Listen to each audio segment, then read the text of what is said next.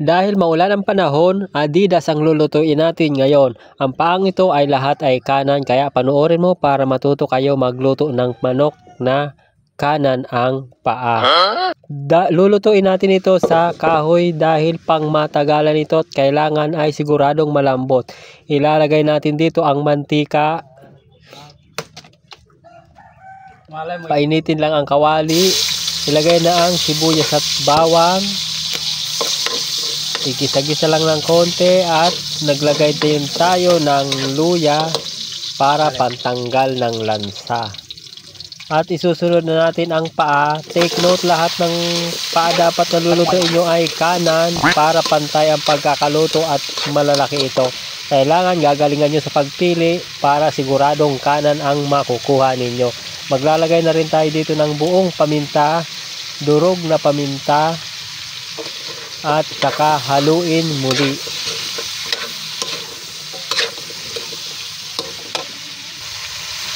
Lalagyan na natin ng toyo at ating tatakpan ng saglit.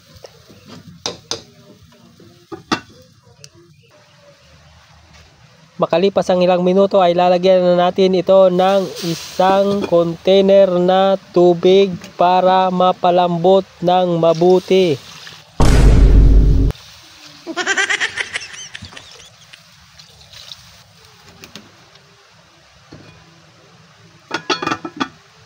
At habang hinihintay nating lumambot ang nakasalang ay binilang natin ang pumapatak na ulan na umabot lamang ng 10,707 pirasong ulan. Kaya binuksan na natin dahil siguradong malambot na ito.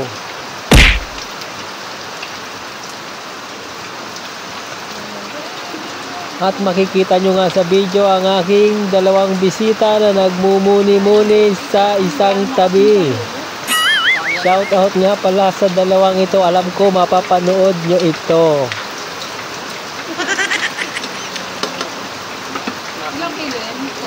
A few moments later. At makalipas nga ng ilang minuto ay siguradong malambot na ang ating niluluto. Kaya't atin na itong titikman para malamang kung swabe na nga ang pagkakaluto. First, gaya nga ng inaasahan ko, napakaswabe ng lasa at napakasarap ng timpla. Sa wakas, nagamit ko rin ang 10 taong pinag-aralan ko sa culinary. Tara, kain na tayo.